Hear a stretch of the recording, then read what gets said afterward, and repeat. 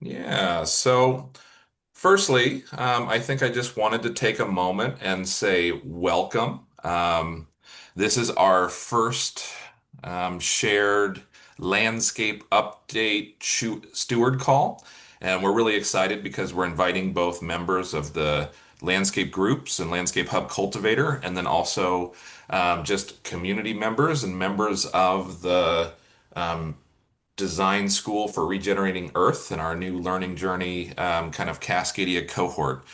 And we think it's a wonderful space for people to meet and come together and share updates. And so we hope that every month we'll be coming and meeting and then also sharing all of the really exciting things that we might want others to know and help connect, share, inspire with each other.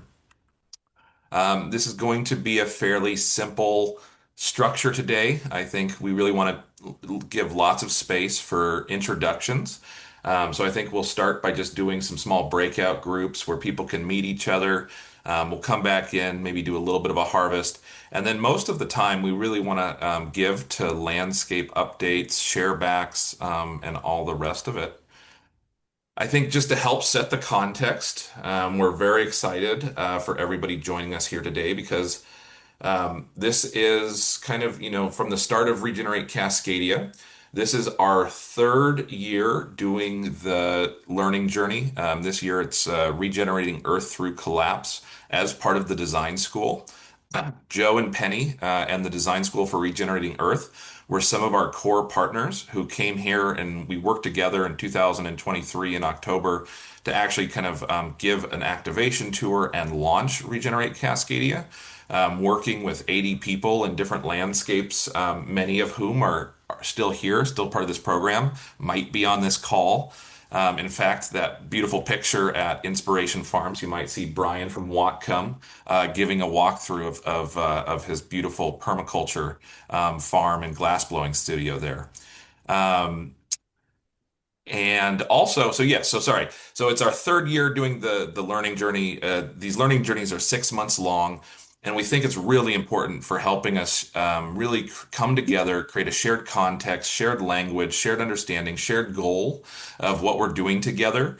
And then we're very excited that this is also then the we're going on 1 year of our actual nonprofit landscape group program, but actually more of the landscape hub cultivator, where then we're working with these different people in different landscapes, really almost like a learning journey for the groups. And how are we actually coming together and what are we doing and doing the bioregional mapping and really doing the processes of growing our social infrastructure that we think is necessary for making decisions together, for helping flow funding, for helping create these broader regeneration strategies. And so we really think of everything kind of fitting into, ooh, okay, that's interesting, fitting into this broader context. And I would just say, yeah, with that, I think also I would just like to welcome Emily McGill, who has actually now stepped on as our new RC community steward as of Monday. And so we're really excited. And she's going to be stepping on to help us hold both the Landscape Hub Cultivator, the landscape groups, the website, and also our learning journey. And so we're really excited to have her on board. And I might stop here for a moment and see if Emily, would you like to maybe just take a minute and introduce yourself? Sure. Hey, folks. As mentioned, am Emily McGill or Emily M. I live in Vancouver, which is Coast Salish territory of the Squamish, Tsleil-Waututh, and Musqueam, and I've been here since 2013. I've been working on building kind of at the growth edges of the wicked problems that face society since my degree in engineering, and I've worked mainly around compost, urban gardening, textile waste. I am so excited to be joining you folks all under the Regenerate Cascadia banner because I think that bioregionalism ties into all of my past interests in a really cool way, and it's a way to bring my own personal practice of growing my sense of interdependence and earth as kin into my workplace. So really looking forward to getting to know each of you. My community steward role has a lot of touch points with all the programs. Thanks. Great. Yeah, thank you so much, Emily. And just to jump back for a minute, um, yeah, so. Really, not to go into it too much, but just to know that Regenerate Cascadia was really formed around this question of what would it take to regenerate an entire bioregion. And what's become clear very quickly is that people are already out there doing the work, but they are isolated. A lot of people are burning out. A lot of people are not being connected. What we have learned is that this work is not being resourced or supported at the level it needs to be. So how can we be growing the systems of support that really would see people supported to do this work? More than that, how are we creating culture shift? I think a lot of times people think of this as environmental but really more than that, it's not just as Claire A loves to say, it's not just rearranging chairs on the deck of the Titanic. It's we really want to get in and actually start to think about how are we creating a regenerative culture? How are we creating a regenerative organization? And then how are we doing the inner work to create a regenerative lifestyle for ourselves and how we treat each other? Um, yeah, and I think just kind of in terms of this big question, is that at a time marked by the erosion of this trust, truth, and the fragmentation of our communities and ecosystems, new approaches to governance and right livelihood are not just a preference, but a necessity.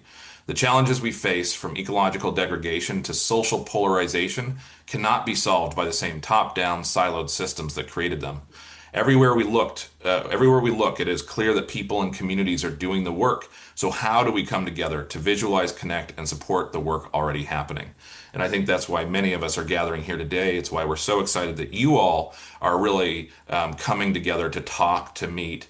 And since then, I think, while we are meeting on Zoom, hopefully we're also meeting in person and building and strengthening our connections. And everything we're doing should really be coming in service of the land, of our work with the land, but really of building relationships, building trust, and building community with each other. For those not familiar from like the Landscape Hub Cultivator, yeah, we're very excited that the learning journey has started in March, and we are currently in phase, and it has this beautiful rhythm of bi-weekly webinars, community calls, integration sessions, and then actual case studies, real world practice, lived experience. It's a community of 800 people from around the world, from around North America, all coming together to explore how do we create a planetary network of bioregions. And that starts with our feet in the ground and doing the work here. And then it also means that we have these spaces for immersive experiences. And then for people in the learning journey, just to share a little bit more about our landscape groups, is we have from our two earlier learning journeys, and we kind of have really grown the Landscape Hub Cultivator and the Landscape Group program, and we've had 9 landscape groups kind of working through 36 different landscape stewards, 3 ecoregions across Cascadia, working currently in 2 nation states, working across borders through the Salish Sea, through the Okanagan, really working on the scale of watersheds, ecoregions, and bioregions rather than artificial boundaries and borders. And this year, that Landscape Hub Cultivator is also working to help support and flow teams with the idea that it's never enough, but we do want to support these processes. And so, what does it mean to do bioregional mapping? What does it mean to start to support teams? What does it mean to start to actually try to do some trials of flow funding? And we see that all as kind of a funnel of from the learning journey to landscape groups to an ongoing community of practice, of mentorship, and regeneration. And then also this kind of idea that this is working in a broader rhythm and it's a cycle. And so every year we hope that we're doing a better job and kind of growing this. Which brings us here to our emerging rhythm with steward calls. We do hope to do this once a month, and we do want this to be a space where then people can really come together. And so after introductions, we're going to model this. Landscape rounds, landscape updates, steward calls are really modeled on the bioregional update calls in the design school.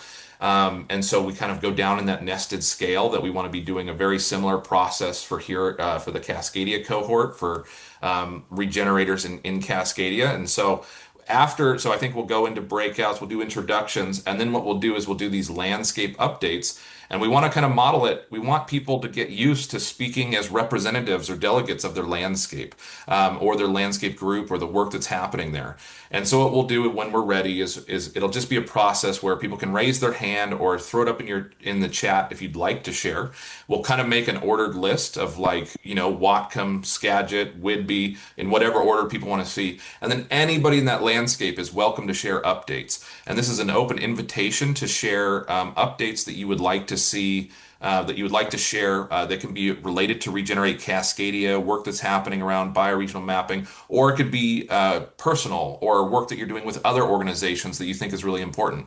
And we really ask that you will, yeah, share links in the chat. So give the update, talk about it, get people excited, share links in the chat so that people can follow up. And then we'll work to kind of create a blog post about like what's happening this month, and then also include that in our newsletter.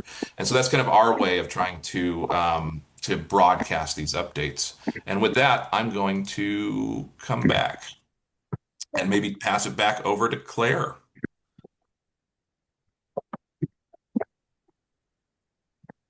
You're muted, Claire. We can't hear you. So I have tried to get everybody into rooms that are a mix of people who are in the LHC, the Landscape Hub Cultivator pilot, and the people that are in the learning journey, just so that you get to meet a different group of people. You're typically in groups of two, oh, hang on, yeah, two or three. So yeah, so I will set you off in just a second. It's great. And how long? So just so people are aware, yeah. 15 So I minutes. think we just want to do some introductions. We're gonna go into breakout rooms for how long, Claire? 15 minutes.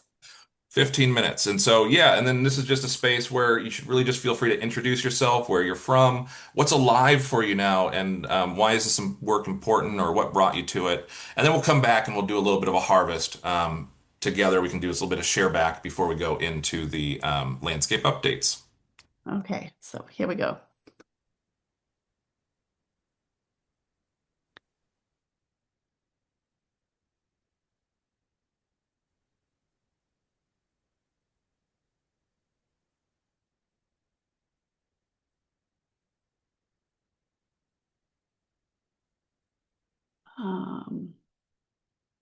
Cindy, I think sometimes you, okay. Oh, it's John. John, Hi, yes. John. Hi, John. We're just sending everyone into breakout rooms, Introductory breakouts. and I don't know where Brian is, so but I'm going to add you if that's okay. Please do. Glad to be here. Thanks for doing You this. too. It's great to see you. Yes, good to see you too. So Nope. And Brian. Main thing is oh, because so Scott Good is by Yeah, himself. Scott Good, yeah. So I'm going That's to move Brian to, oh, um, okay, I'm going to move Scott to room 5. yeah, good.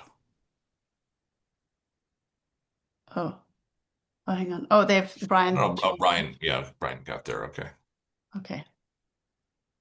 And Scott will come back, I guess. Huh. Okay. How are you? That was great. Sorry, I didn't really pay attention to No, what no, you no, were no. Was that doing. okay? Oh, no, no, no. What I did pay attention to, it was great. I think we're Okay. doing fairly well on time. I mean, we're going to, Yeah, sorry. I think I ran on probably a little long, but you were great. That was a okay. really good high level. That was okay. Okay.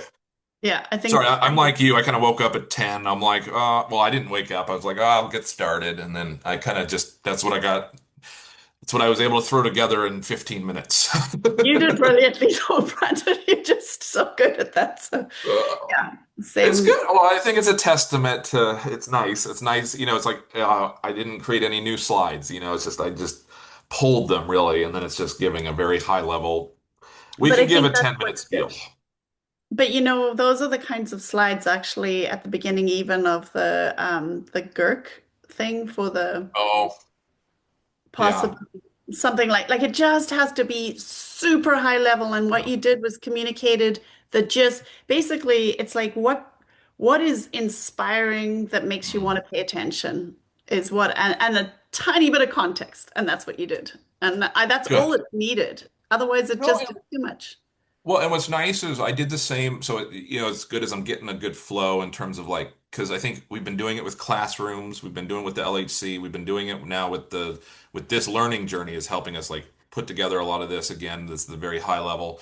And then actually, I put together a slide too for Emily, actually as an onboarding slide deck. Fantastic. And because I just realized I'm like, well, you really need the visuals. It's like I can give you Mm. a 38-page document with all the different things, but actually, you know what's good? One slide that just has bubbles.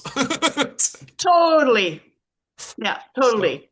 Because that's what people retain. yeah, They actually don't retain the yeah, other, and it starts to get too much. So, yeah. um, Well, good. I'm glad to hear that you thought it went well. I just wanted to say, if it hadn't been like too last minute, and I don't think she was prepared for it, but holy shit, what Denise is putting together and working with Brian Sloan Wilson, I mean, David what's Sloan Wolfson. David Sloan Wilson. Yeah. Um, and just the nuance and what she's holding there, amazing. And so I said to her, yeah, I mean that, and so she's meeting with Gaia. Gaia's super excited, but I mean that to me is a brilliant example of third horizon thinking and putting together, and so important to start putting together with second horizon and first Well, horizon. Um, and we have John here. I mean, that's the thing, right? Like, yeah, Denise, it was really fun. So I got to see Denise, with when the David Sloan Wilson thing came, and me and Gaia went, and so Gaia actually got to meet Denise. That's where it was really funny that Gaia's partner, who's the head of the Washington FBI, was like in this like really funny psychedelic art studio in Pioneer Square, wearing his full suit, and how he's like six cool! I foot just ten. totally So Seattle, funny. probably like Seattle in Oh a yeah. bubble.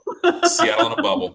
Anyways, but yeah, and Denise was there, but I just remember like, and it just made me remember what a positive force Denise is, Mm. because she really brought like all the people from the BioFi that helped her with the BioFi that helped us that helped you hang. I forget like I just kind of forgotten about.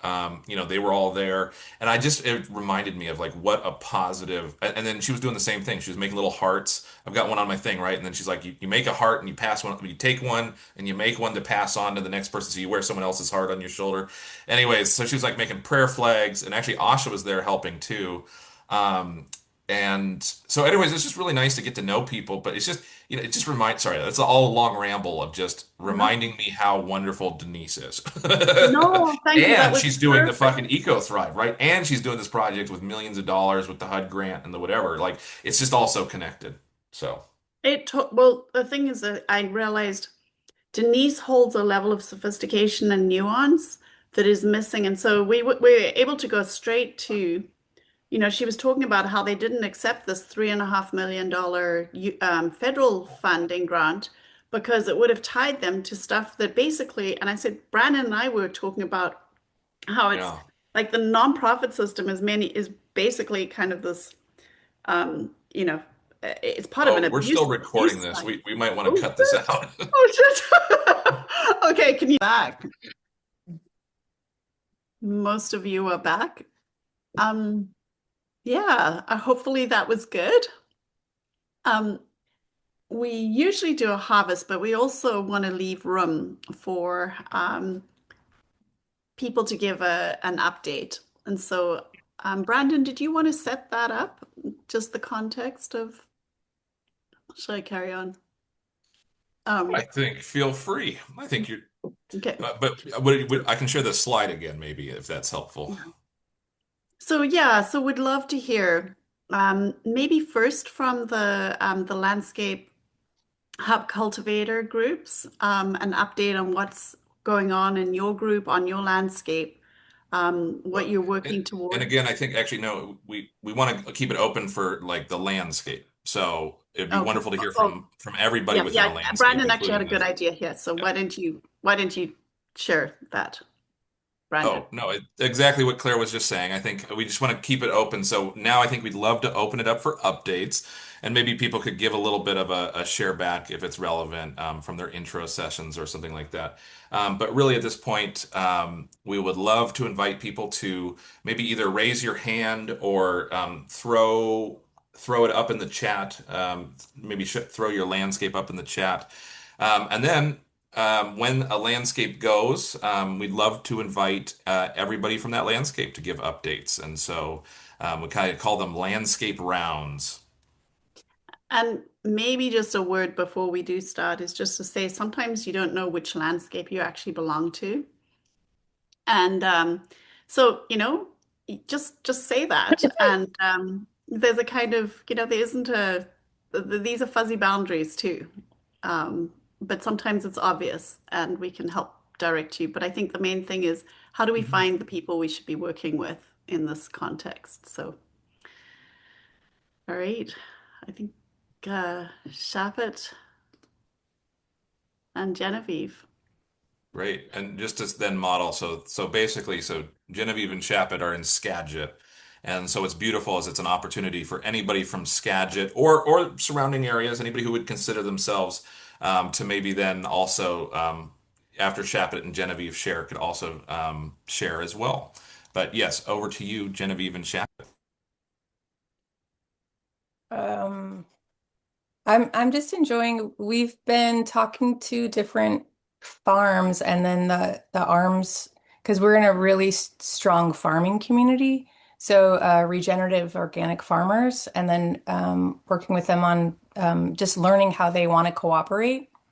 And it's just been beautiful. It's really inspiring.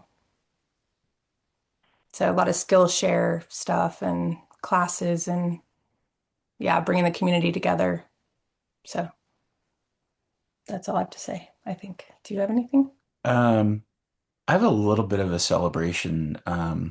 We've we've already met Asha in person, Corey in person, um, David from Would-Be Haskell, right? Was here this week as well. So I'm just really enjoying the community that we're building here, and enjoying bringing like even hosting um, the campfire discussion, bringing lots of community attention and conversations.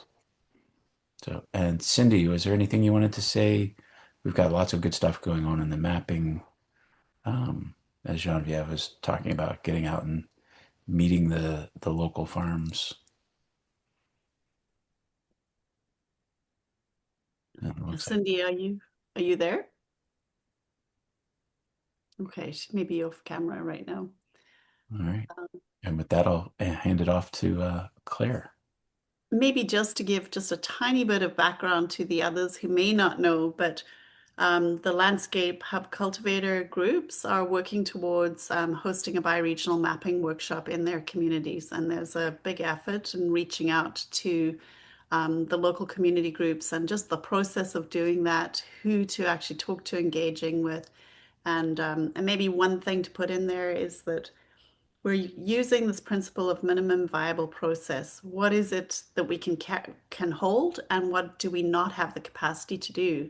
And really working to that rather than trying to, there's a lot of work to do and it can be overwhelming. So how do we bring it down to where it's going to be most effective to start with so we can build our capacity? So, yeah. Claire.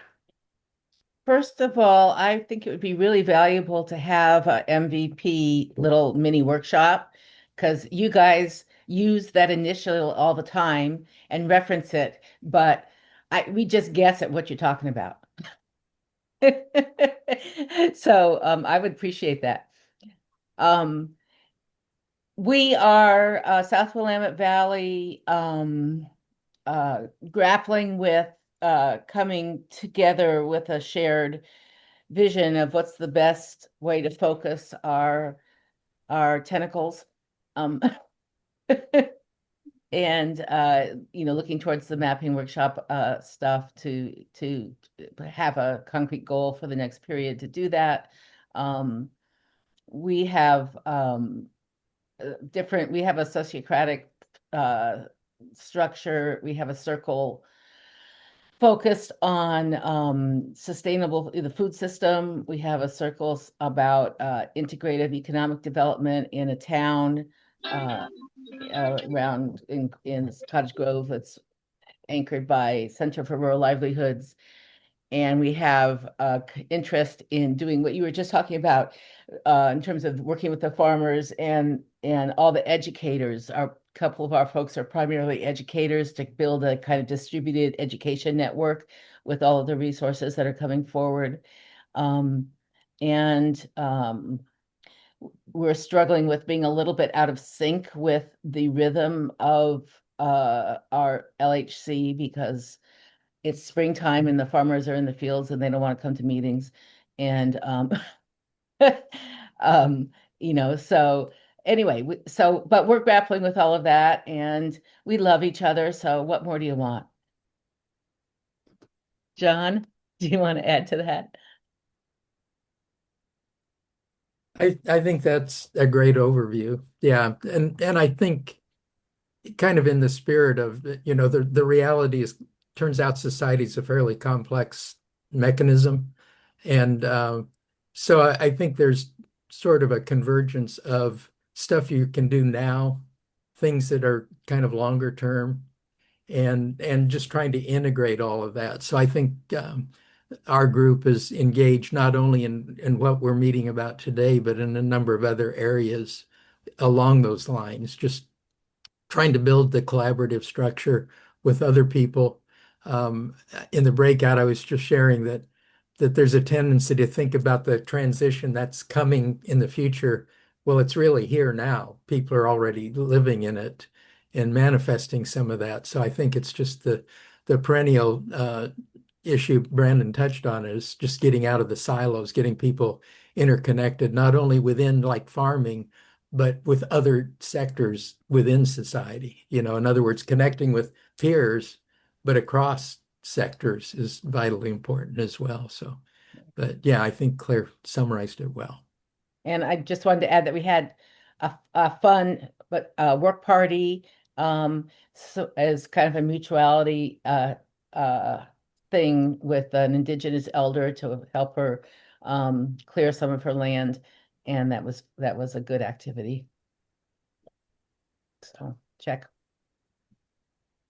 It's great. And then, so before we move on, is there anybody else who would consider themselves as part of the Willamette Valley or close by who might like to share any updates? Or, you know, Yeah, I just want to actually say obviously up here, I just heard of the Rogue Valley Community Food Assessment and Action Plan. I know it's not in your watershed, but oh my gosh, the work they're doing to coordinate and collaborate is quite phenomenal. So I can share that information. I'll put it in the chat, but Yeah, great. yeah. Thank you. That's great. Also, I just wanted to ask maybe by the end of the meeting, well, I'm going to be going up to Port Townsend for the earth repair, and I'd love to visit folks because we're kind of way down here in the south by ourselves. So, um, let me know if I can come visit you. Thanks, Brian. Yep.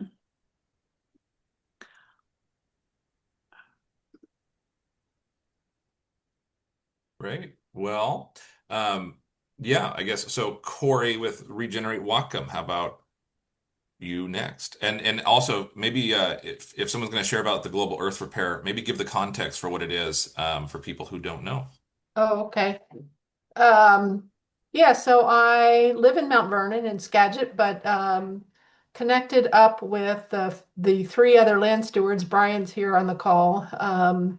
About a year ago, March, the first I went to Inspiration Farm that Brian has stewarded for so long and just completely head over heels, like fell in love with it. And the small water cycle and everything like that. So, started to get to know the other land stewards and we became a group of four last May, so it's going on a year. Um, and yeah, I would say our focus over this past year has been developing our group and getting to know each other, getting to figure out how to work together, what the heck we're doing together, and how we're going to do it. And at the same time, we've had a drumbeat of in-person and on Zoom activities and engagements and events. A lot of them started by Brian, the permaculture meetups once a month were started, I don't know how long ago. So kind of using that as our foundation, 6 years. So yeah, and at this point, we're really using the Hub Cultivator as a structure to just help us figure out how to move forward to develop our group in service to the work. There's tons of work going on up there to develop ourselves so that we can be in service to that. And yeah, I'll hand off to Brian maybe to talk about events and other things. And maybe Brian, you can talk about the Global Earth Convergence. Sure. Thanks, Corey. That was good. Little overview. And yeah, we've been doing a variety of things before we got involved in the Landscape Hub Cultivator here at Inspiration Farm, education, demonstration farm, etc. Started these kind of monthly permaculture meetups as just a way to get to know each other, get to know landscapes around the area, see different people's contexts, make connections, and build relationships with people. And it's been a really good kind of precursor to the whole mapping projects that are kind of, structured but ongoing and moving forward. And yeah, as Corey said, we've been working on kind of our internal structures of building our working group, how we work together, how we engage in projects, that kind of thing. And now, slowly feeling our way out into how we can support the community and various projects. So through these meetups, we meet people that, oh, I want to do a food forest in downtown Bellingham. Oh, I want to do like a food hub. I want to turn my farm into a community farm. I want to, everybody's got a project and they don't know how to start and they don't know how to like announce it to people and they don't know how to get people engaged. So like, how can we be supportive of nurturing these roles within our community? So that's a big part, just kind of not wanting to over promise or over commit to anything, but also gently working into being able to be in a supportive role for that. So working into our mapping. So on that note, we're having our tomorrow is the last Friday of the month, which is when we hold the Today. meetups. Today. What's that? It's today. Oh, today. Poof. So we're doing, it's today. So we're in-person meetups, and I think we have 15 people signed up now. We had a flurry of people sign up recently. We do multiple newsletters a month. Another one of our members, David, holds that down and sends out announcements of various things going on. And so we're going to do a listening tour and then a quick artistic kind of mapping exercise, kind of group project with pens and paper and just kind of draw like where people's energies are and what people see in our community kind of thing. So I'm looking forward to that. And then a little potluck and fire. So in-person time. And then tomorrow I'm actually hosting a class from Skagit Valley WSU, the Climate Stewardship Program. That's a certification on personal climate stewardship kind of thing. And we do a lot of tours here. So yeah, it's a 1-2 this weekend. And then not next weekend, the weekend after that, we're going to the Global Earth Repair Conference or Convergence, which is a big undertaking that Skeeter or Michael Pilarski, founder of Friends of the Trees, initiated right prior to COVID. And I went to that one as well and was a presenter. And it was, I don't know how he does these projects, but he just kind of pulls it like a rabbit out of the hat and brings all these people together. And it's phenomenally educational, fun. You meet all kinds of different people. He was going to do one last year and it got postponed for a variety of reasons, but it's coming back bigger and better. And it's at the Fort Worden Center in Port Townsend. If anybody can make it to it, I strongly encourage you coming. You'll meet people that you wouldn't meet anywhere else that are really entrenched in this work. There's going to be John D. Liu's going to be there. Zach Weiss is going to be there. Andrew Millicent's going to be there. I mean, all these big names. You may have only seen them on YouTube. But I think there's several hundred presentations going on. Anyway, there's a link in the chat. Go check out the schedule. Go check out the programming. And they now have a sliding scale kind of conference fee set up. And yeah, we're going to be doing a presentation there for Cascadia bioregion and then Landscape Hub groups as well. I just want to put this in there, talking about banner headlines. Brian Kirkfleet of Inspiration Farms is going to be there. Yep.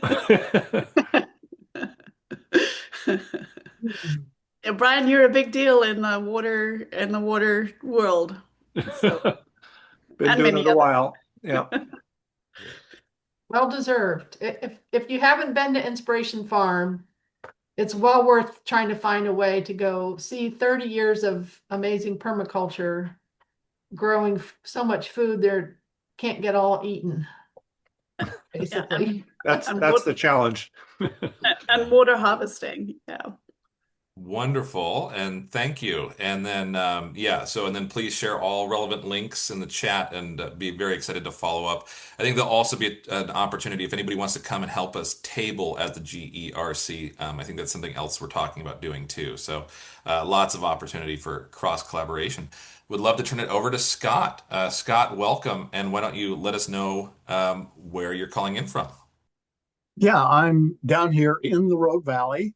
And have been a part of the Rogue Valley Farming Network here for about 15 years now. We have a 17-acre site where we putting in the food forest, all the usual things in a permaculture design setting. But our real focus is in regenerative agriculture and carbon removal from the atmosphere. That's where my research is focused on. And fortunately, we've had great success from the Oregon Farm Corps. We teach all of their, or many of their soils classes. And then I've worked really closely over the last, since 2011, with Oregon State University's Research and Extension. And they've assisted me in my research. And we also teach a number of the classes, particularly for their small farms program here. And we have a practicum site where we can demonstrate. And we have worked with Amy Garrett here. We were able to acquire a grant in dryland farming, which was a very, very successful. And I have to say, it was one of the most beautifully organized research projects I have ever been involved with. It was just absolutely magnificent. Sadly, the last half of it got canceled by the current administration. So we did the work, but we didn't get any money for it. But we got a lot of good experience and built a good relationship with Dry Farming Institute and the American Farmland Institute. And looking forward to do further work with them. Now, Rogue Valley is a very interesting place because Jackson County is the only county in the state that outlawed GMO crop production. And the reason that happened is because there are so many people in Jackson County and Josephine County, just to the west of us, that are involved in growing organic seeds for Johnny's and Territorial and all these other groups. And when they started to bring in GMOs, that threatened that industry. And that's why we were able to pull together the voter support and make that completely illegal in this part of the country. So, we're looking forward to really getting established. We have a 17-acre research site ready to go, ready to put in a regional learning center. We have the curriculum, and we're just ready to go. I kind of get the sense that we're on the periphery of Cascadia, but we're here. We're ready to go, and we would welcome your visit down to Kunalan Research and Teaching Farm anytime. Thank you.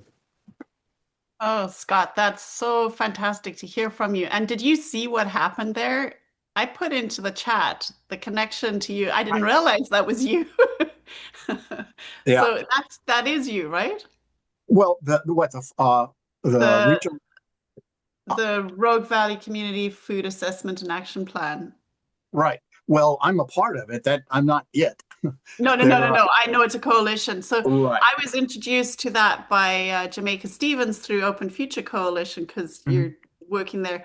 I just wanted to, and I tried to make that connection with Claire. So you were just doing that. Anyway, this is what's so valuable about these updates as well. Yeah. But also The synergy. I love it. And Yeah. I just want to say, I think you're in Cascadia Central, if you ask me. So it's I wonderful agree. to have you here. I agree. The Cascades go all the way to California. What's the problem? Exactly. That's right. They sure do. Well, thank you, Scott, so much. And we will look, yeah, we'll have to arrange some in-person field trips, I think. And then Great. John Raymer, over to you on Whidbey Island. I am on Whidbey. And before I say what I'm doing, I just want to acknowledge everybody. It is so good to see this happening. And I'm grateful to each of you for what you're doing right now. It feels so resonant with what's being called for. They gave the Profile of Courage Award this year, JFK, to the people of Minneapolis. Right? It's going to take all of us. Right? They say in the end, everyone will know that everyone did it. So I'm grateful to you for what you're doing. And let me tell you what we're doing and what I'm doing, because I kind of am doing a hybrid thing where I am rooted here in place on Whidbey Island, and we're doing some great stuff. But I also want to acknowledge you, Brandon and Claire, for coming to the session we had for the Compassion Games as they're happening all over the world. So I have kind of a local rooted place, and I'm also doing all this stuff online with Compassion Games, and the focus this year is bioregions. And water is life. And what we're doing on Whidbey, and I've learned using these tools that you can ask people to answer some questions and then summarize and start to build the consensus and coherence needed to actually make change. I've seen human beings change. I'm changing like I've never seen before. Now, I know it's an awkward time because there's new ways of working that are changing things, and change is always disruptive. But specifically here, I'm giving you guys the form we're using on Whidbey to get into the conversation about our water here. And I don't know about you, but everyone I meet from every religion, every political persuasion, they all like clean drinking water. And it's a funny but powerful conversation, as you know, when you ask people, do you know where your water comes from, right? That opens up a whole conversation. And this bioregion, our work here, is being looked at by other bioregions around the world. So Hawaii has challenged us to see who's the most compassionate bioregion. And now Manahata has stepped up. This is Manhattan Island and the Lenapehoking, where last year we had a global powwow in Central Park on the Great Lawn with Global Citizen. So bioregional perspective, and September is Global Bioregional Month. So I just want to invite you guys to check out what's going on over here. May 6th, we're going to be back, Brandon, at Sid Studio in Pioneer Square.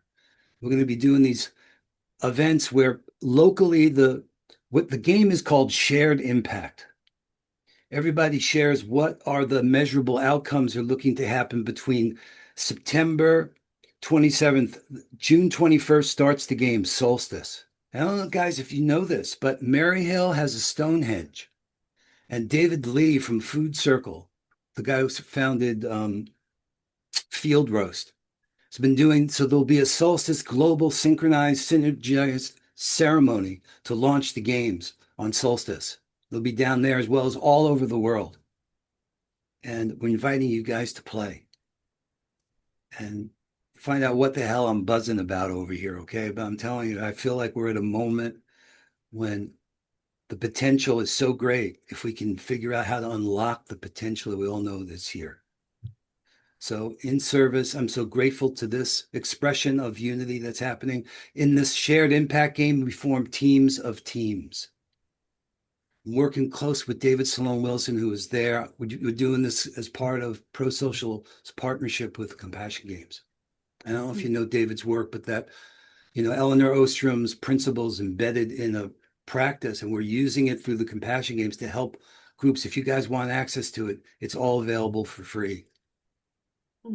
Thanks, John. Yeah, I'll just say, I don't know if you,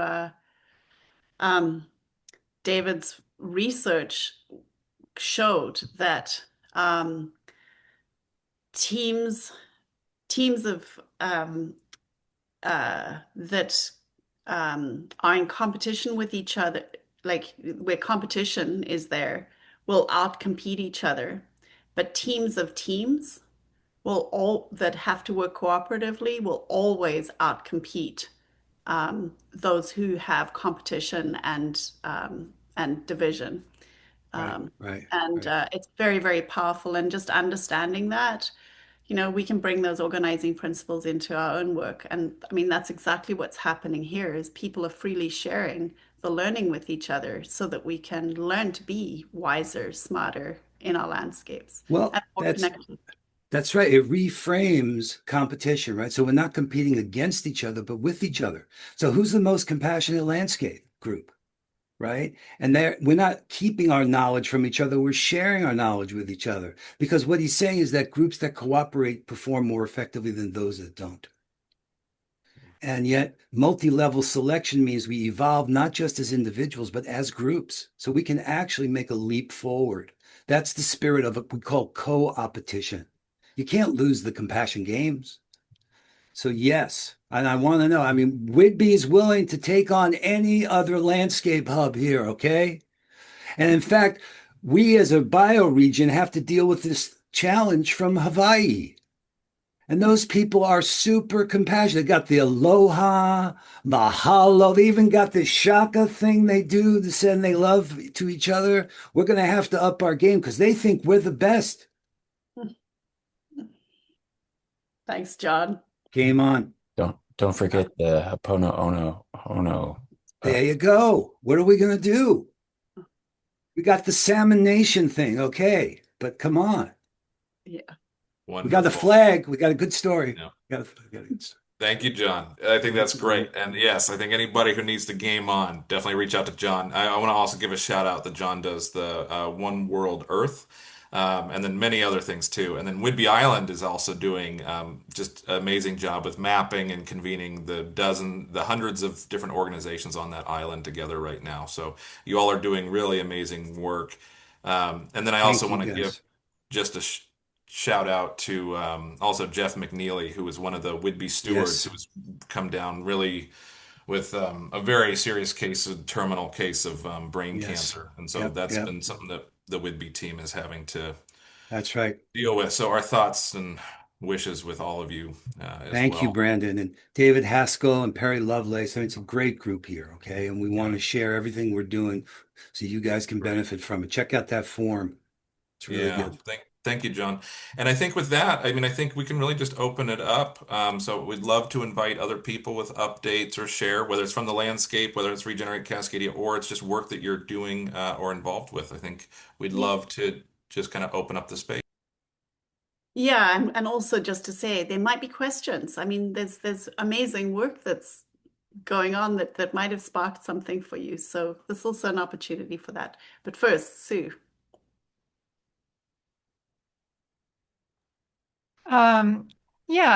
Just a brief update from Vashon Island.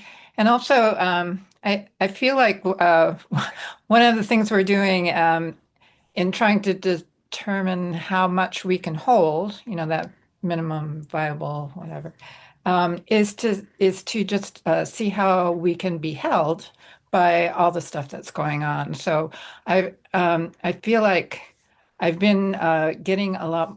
Most of the people on our team are involved in some of the organizations in one way or another.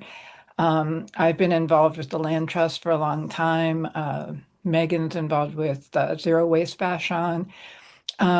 We've just recently gotten involved with the Climate Action Planning Group, which works with King County, and we're also talking about taking over this whole Vashon project, whole Vashon catalog, all of which are ways to really understand the story of our place as far as the kinds of work that's been done over the last many, many years. And so it's sort of like any work that we do through the organizations is also work that's regenerating Cascadia.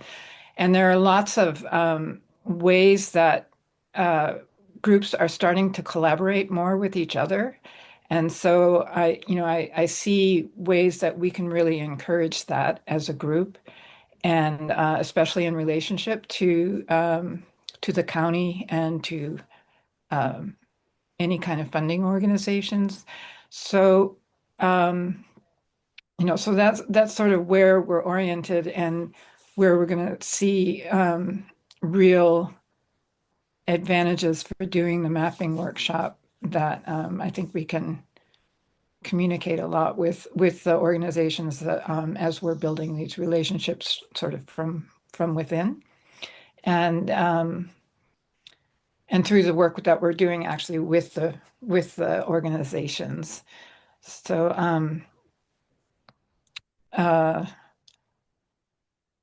oh, and then I do feel like one of the strengths of working through Regenerate Cascadia is that Vashon is very isolated from the rest of the world, and the rest of the bioregion. And a lot of that's very deliberate because the bioregion is the closest expression of that is Seattle and Tacoma, with very different goals and ways that they solve problems. And so there's a real motivation for community resilience here. And I think to find ways that we can benefit from a bioregional network of support that's growing here is going to be really, really valuable for us moving forward. So, yeah. Yeah, I might just as a fellow Vashonite, I guess, just jump in and say, yeah, it's been really amazing. I think the weaving that a lot of the members that Sue has been doing, that other members on the team have been doing. And just to say, I think there's a really cool opportunity in terms of working with there's several other organizations, but really it's you start to find also working with the people in these organizations that many of them are in a lot of different areas. But certainly, because Vashon Island is unincorporated King County, there's not a township. And because of that, there are a lot of these informal bodies that have really formed, but they're doing incredible work and all really leaned in. And so I just want to name like there's a community council that meets that's doing a lot of the same, having a lot of the same conversations. We're building a lot of really strong partnerships with the Heritage Museum, which has already done a lot of these mapping of different layers on Vashon Island. And that's working with Stefan Freeland, who's one of the early people who helped design these maps of the Salish Sea, which is really exciting. Through the Land Trust, the Nature Center, they've been building these amazing connections with the Puyallup and kind of this idea of the land of the Swiftwater people. And that's, I think, Michael Mead, who's an amazing Indigenous storyteller. There's also nature schools, like kind of the green schools. But also there's eco steward programs in high schools, and high school seniors need organizations to go volunteer with in their senior year. So trying to build that intergenerational area. Vashon Island Growers Association. There's water councils Zero waste Vashon. There's big discussions around affordable housing because it's an island, so the costs are going up. So what is affordable housing for people living on the island looking like? And then, all the way to distributed energy and how do we keep our compost and trash on island? Because right now, even the compost gets shipped off. And so, all of these things are really potent and already having these conversations. And so, I think we're really just coming in service of and learning and talking with all of these people. But it's really exciting for this idea of working towards a bioregional mapping workshop.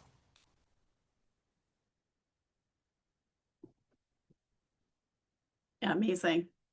I just put a link to Stefan Freeland's work in the chat. He's amazing.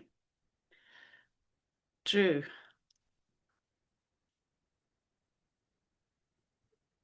Hi, everybody. There we go. So I wanted to say, so I'm a part of the design school, and I am learning so much about what everyone's doing and about how all the pieces come together and how people think about the future that we want to see and all the good things that we all know. But I'm learning more about it and how other people talk about it.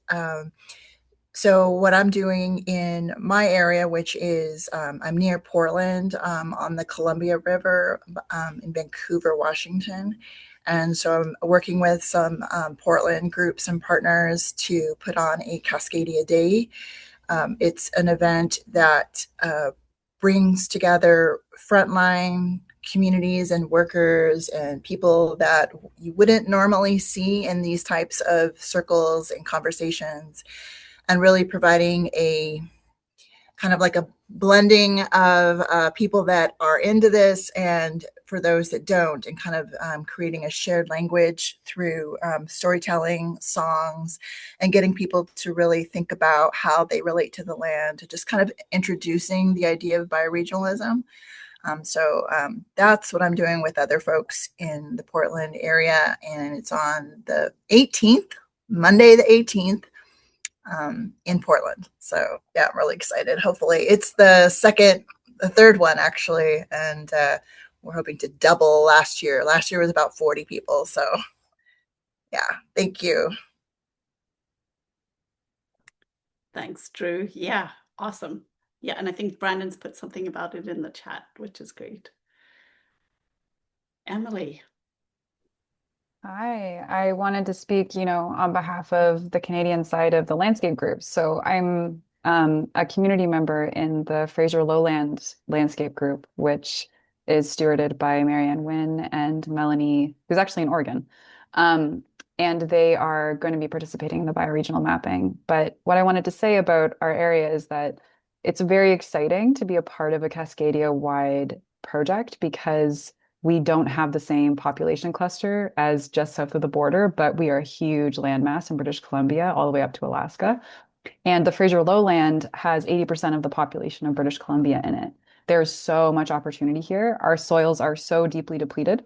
And one of the things that I'm working on the ground is creating a more decentralized network of compost sites. So if anyone here is ever curious to talk about compost and community composting, I am a resource for that. I also want to mention that there is an event that me and some others in our region are hosting for the second year this year called DWeb Camp Cascadia. It's happening on Salt Spring Island. It's a 3-day festival conference that is kind of like a playground for adults to talk about how do we create technology that centers human agency and ecological awareness.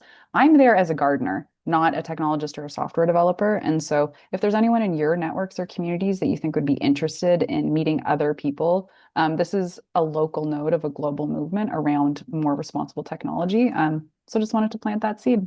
And it is like, as who was it that was saying it? Just such an honor to be among folks who are doing the work that everyone's doing. I am really looking forward to seeing how I can plug in and help support what everyone is up to. Yeah, that's awesome, Emily. Yeah, fantastic. We've got some actually compost people that aren't here, but you might know them. And also just the DWeb. I went to that last year on Salt Spring. I think it was the first time it actually been in Canada. and yeah, awesome to go. And I would say it really needs the balance of more of the regenerative land people, because there's a different take. And I think there's a kind of we grow better together, and sometimes you can get, yeah, technology can sometimes have its own bubble, and we need, like, the cross-pollinating is where I see so much generative stuff happening. Um, yeah, so the partly the Victoria Landscape group is what I wanted to just speak to, but also I use I worked as a community artist. I just haven't had the opportunity to do that. I've just been so busy with Regenerate Cascadia stuff recently, but I still am really connected into the community art projects. I still am the coordinator for a really quite a big project that's gone around the world called All Beings Confluence.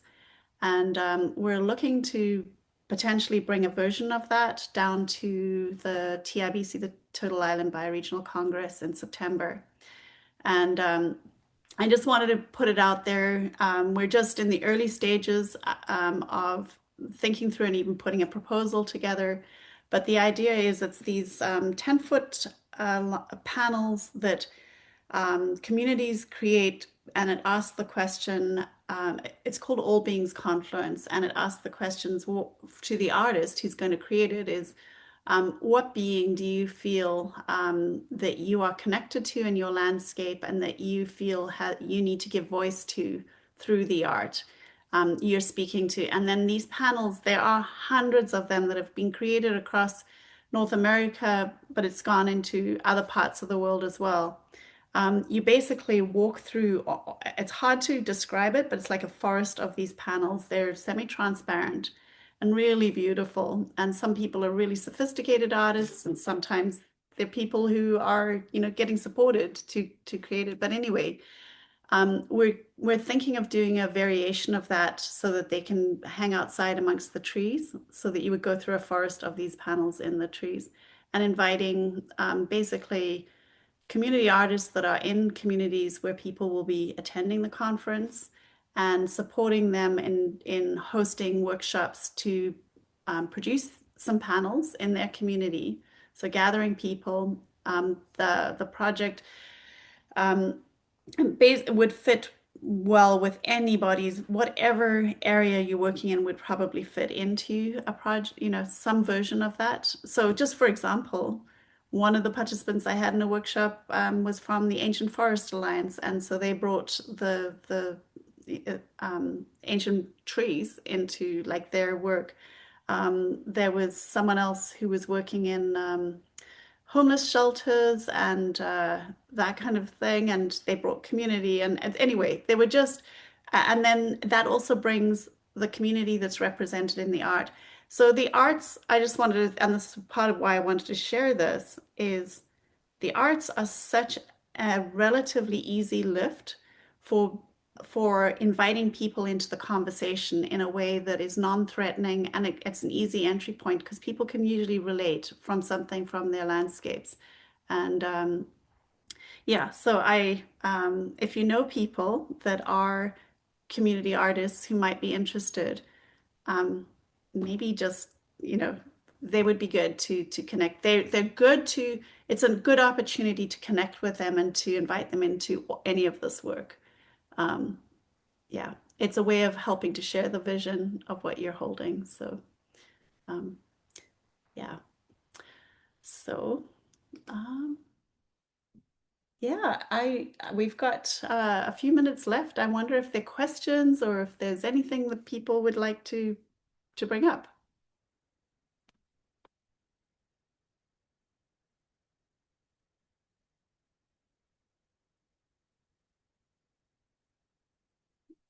And we can also end early, but sometimes, just I'll give everybody a minute just because.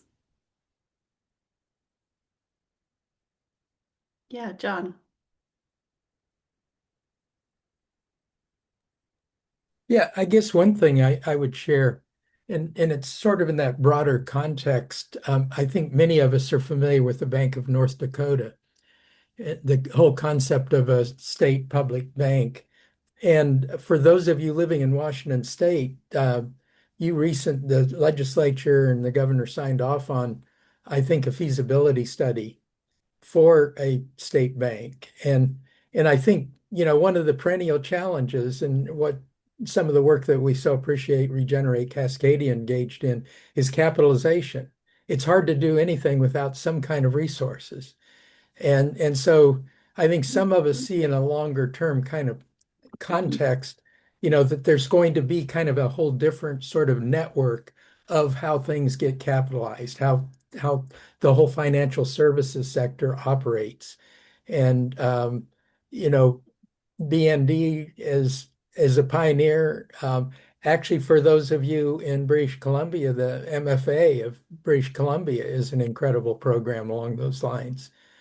So I encourage you to be aware of that and track what they're doing.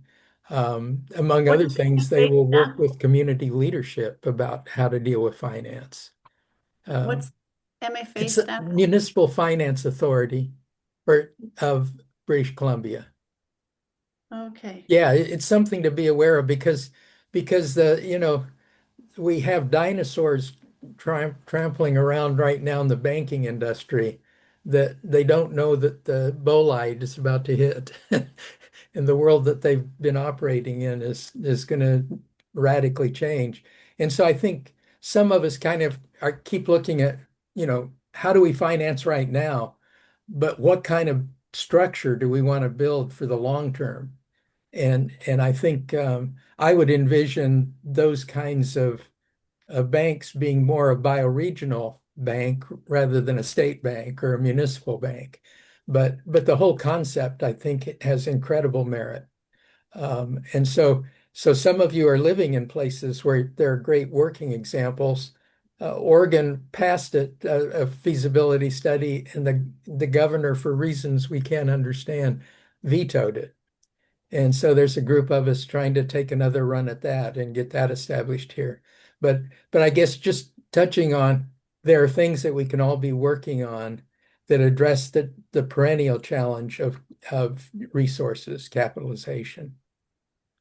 Oh, thank you, John. That's a really, really important. And yeah, maybe just one thing that you raised was there have been there are many community banks here, but that have there's been a kind of consistent pattern of the community boards that have been running them being somehow co-opted, and then a lot of those sold out. And it's just understanding that that's happening and how do you interrupt that. So I just wanted to raise that. But what you just shared, that's really great. I'll follow up with that here.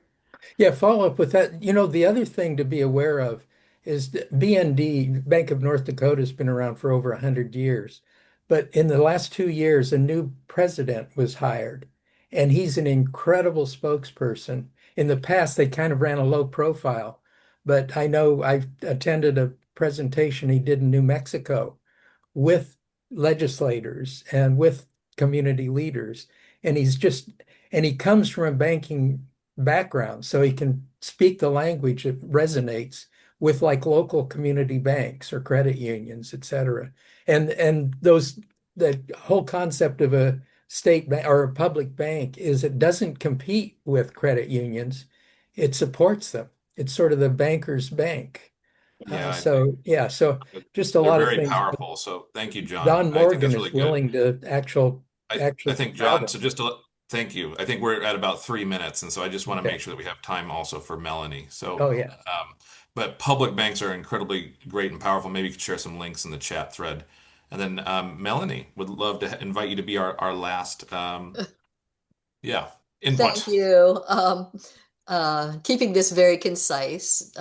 First of all, Claire, I'm really interested in your idea for the art project at the gathering, the region bioregional gathering, and I know there's 4 of us that I know of already coming from my area, and we have lots of artists. And if there was something that you had written down about how your project is, how you're seeing your project, or what are we actually offering to them? I would love to see that. And the other thing I just wanted to mention quickly is, I'm looking for my own agency. We don't have a landscape group. Um, and just in this moment, in that process, I've been connecting more politically because of our overall situation. And I went to offer my services at Peace House, which is a venerable institution here that's been around, well, probably 40 or 50 years, that I've connected with in the past. And I walked in and I asked how I could help. And they put me on this weaving project immediately. They're like, we want to be able to have on our website, a comprehensive list of all the things that are happening in the area of food security and peace and justice and a whole sustainability and a whole realm of other things. And so she sort of tasked me with connecting with those groups and collecting their events. I mean, it's focused on, happenings. So that was a sort of interesting moment in the weaving world. Amazing. Wow. Yeah, I think there are a lot of resources that people are mentioning. And I am wondering, Brandon, is there a place that we could actually share those resources? We've got the Mighty Network that's for right now has been for the learning for the LHC people, but yeah, I just think what you're sharing, and I would love there to be a way of people being able to follow up easily with things that are mentioned. So maybe that's something we can work on. I think it's going to be, yeah, I think, we've been talking about this a lot. It's really important, I think, that we'll be creating a space we have a Mighty Network that's kind of like a Regenerate Cascadia Mighty Network space. So far, it's just been the landscape groups and Hub Cultivator.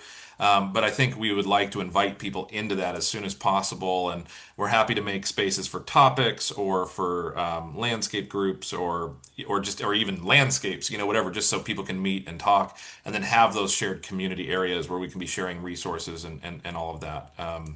So that's probably coming. And we are at 11:59, so I just want to take a moment and just say thank you, everybody, for joining us. This is our first kind of landscape update share back. We will always be revising these, tweaking these. So, if certain things worked or didn't, we will evaluate and please input what worked or didn't for yourself, and we'll try to adjust it next time too. But it is just inspiring, as always, to see all of the work that all of you are doing and just to give space for everybody to meet each other. So, just a big thank you to all of you, and it's wonderful. And thanks for taking time on your Friday morning / now afternoon. Yeah, it's great. Actually, I did realize there is the design school.